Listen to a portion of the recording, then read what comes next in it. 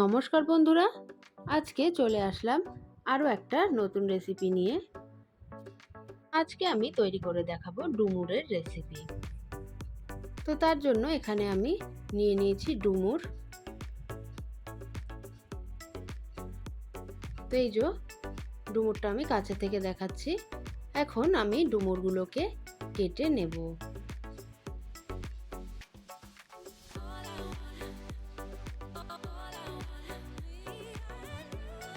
তো ডুমুরগুলোকে আমি এরকম ছাড়িয়ে নিয়েছি। এবারে ছুরি দিয়ে আমি মাঝ বরাবর এইভাবে কেটে নেব। এখন এই যে ভেতরের দানাগুলো আছে এইগুলো কিন্তু সমস্ত ফেলে দিতে হয়। তো একটা চামচের পেছন দিয়ে আমি এইভাবে ডুমুরের দানাগুলো সব ছাড়িয়ে নেব। ডুমুরের দানা কিন্তু অবশ্যই ফেলে দিতে হবে। এইভাবে করলে কিন্তু খুব সহজেই ডুমুরের দানাগুলো বেরিয়ে আসে।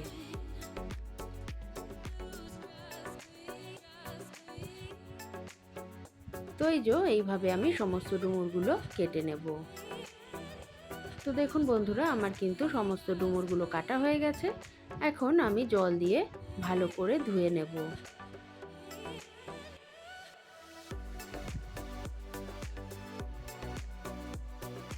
তো ডুমুরটা আমি ভালো করে ধুয়ে নিয়েছি। এখন এটাকে সাইডে রেখে দিয়ে আমি এখানে 3খানা আলু নিয়ে নিয়েছি। আলুটার খোসা ছাড়িয়ে নিয়েছি। এবারে আমি আলুগুলোকে এইভাবে টুকরো করে কেটে নেব।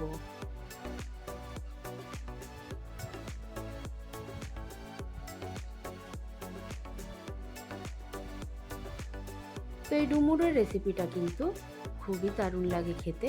তো আপনারা অবশ্যই একবার বাড়িতে ট্রাই করবেন। তো আলুটা কাটা হয়ে গেছে। এখন আমি দুটো পেঁয়াজ নিয়ে নিয়েছি।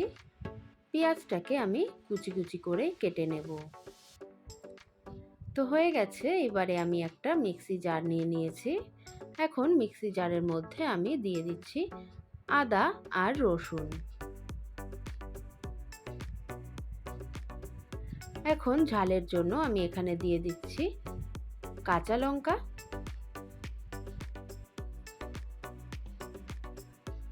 দিয়ে দিচ্ছি সাদা জিরে।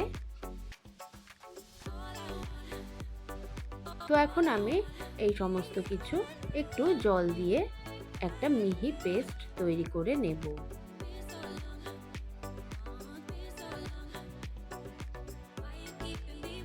তো দেখুন আমার পেস্ট করা হয়ে গেছে। এখন আমি পেস্টটাকে সাইডে রেখে দিচ্ছি। এদিকে গ্যাসে আমি একটা কড়াই বসিয়ে দিয়েছি। কড়াইয়ের মধ্যে দিয়ে দিচ্ছি পরিমাণ মতন সর্ষের তেল। এখন তেলটাকে আমি গরম হতে দেব। তো তেলটা গরম হয়ে গেছে। এখন কেটে ধুয়ে রাখা আলুটা আমি তেলের মধ্যে দিয়ে দিলাম। এখন আলুটাকে আমি লাল লাল করে ভেজে নেব।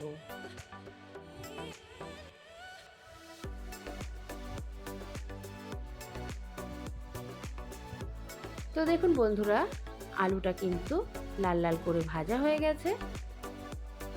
এর থেকে বেশি ভাজবো না। এখন আমি আলুটাকে তুলে নেব।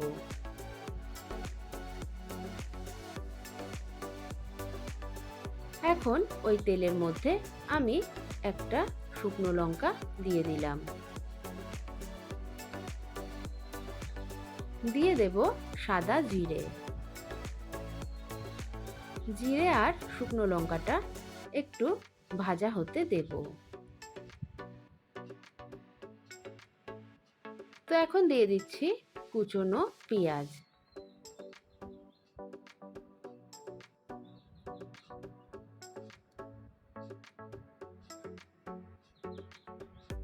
তো প্রিয় দর্শক, আপনি যদি আমার চ্যানেলের নতুন বন্ধু হয়ে থাকেন তাহলে আমি বলবো চ্যানেলটিকে সাবস্ক্রাইব করে পাশে থাকতে আর পাশে থাকা বেল আইকনটি প্রেস করে রাখতে, যাতে আমি কোনো ভিডিও আপলোড দিলে সর্বপ্রথম সেই নোটিফিকেশনটা আপনাদের কাছে পৌঁছে যায়। তো দেখুন পেঁয়াজটা কিন্তু আমার লাল লাল করে ভাজা হয়ে গেছে। এখন আমি এর মধ্যে দিয়ে দেব কুচিয়ে রাখা টমেটো। এখন টমেটোটাকেও আমি পেঁয়াজের সঙ্গে বেশ কিছুক্ষণ ভেজে নেব।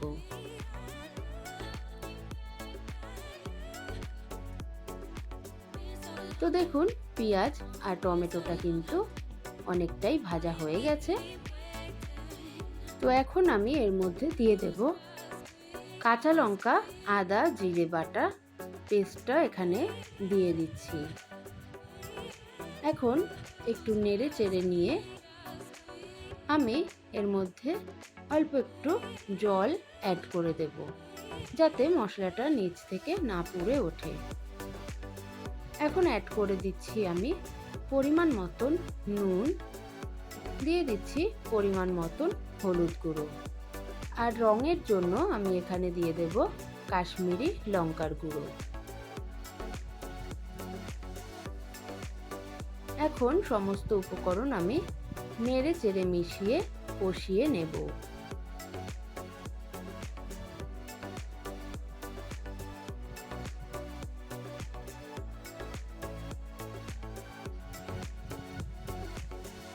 তো দেখুন আমি মশলাটাকে কিন্তু ভালোভাবে বারে বারে জল দিয়ে কষিয়ে নেব। যত ভালো মশলা কষানো হবে তত ভালো কিন্তু রান্নার টেস্ট হবে। তো দেখুন মশলাটা আমার ভালোভাবে কষে গেছে আর মশলা থেকে কিন্তু তেলও ছেড়ে দিয়েছে। তো এখন আমি এর মধ্যে দিয়ে দেব ভেজে রাখা আলু।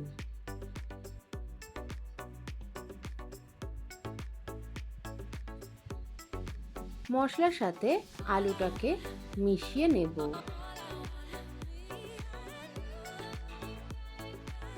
এখন আমি এর মধ্যে দিয়ে দেব কেটে রাখা ডুমুর। এখন ডুমুর আলু ভালোভাবে মশলার সাথে কিন্তু কষিয়ে নিতে হবে।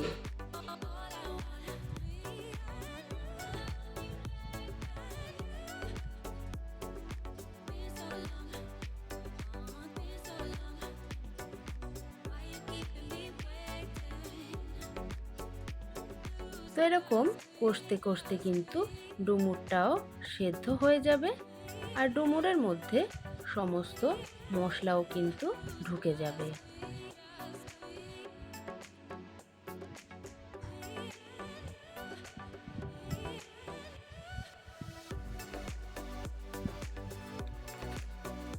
তো দেখুন ডুমুরটা কিন্তু আমার ভালোভাবে কষানো হয়ে গেছে। এখন আমি এর মধ্যে দিয়ে দিলাম গরম জল।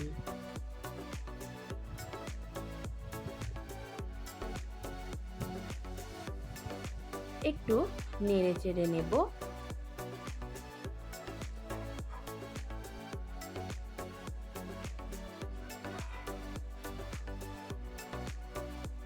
নেড়ে চেড়ে নিয়ে আমি এখানে ঢাকনাটা চাপা দিয়ে রান্না করে নেব।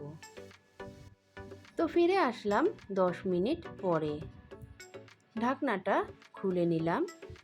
এখন একটু নেড়ে চেড়ে দেখে নেব।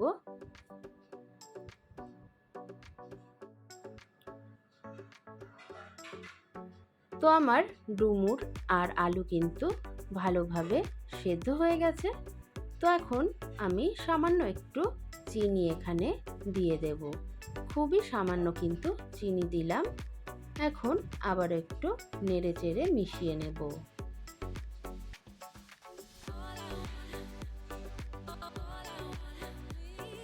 তো এখন আমি অ্যাড করে দিচ্ছি গরম মশলার গুঁড়ো। এখন খুন্তি দিয়ে আমি ভালোভাবে মিশিয়ে নেব।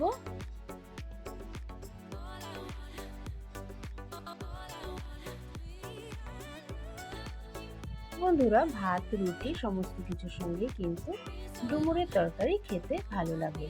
তো এখন আমি গ্যাসটা বন্ধ করে দিয়ে তখন স্ট্যান্ডিং টাইমে রেখে দিয়েছিলাম। এখন আমি ডুমুরের তরকারিটা সার্ভ করে নিচ্ছি। তো দেখুন বন্ধুরা, দেখতেও যেমন দুর্দান্ত লাগছে, খেতেও কিন্তু অসাধারণ হয়েছিল। তাই একবার অনুরোধ রইল, আপনারা অবশ্যই বাড়িতে এই ডুমুরের রেসিপিটা ট্রাই করবেন। তো সবাই ভালো থাকবেন, সুস্থ থাকবেন। আজ এই পর্যন্তই।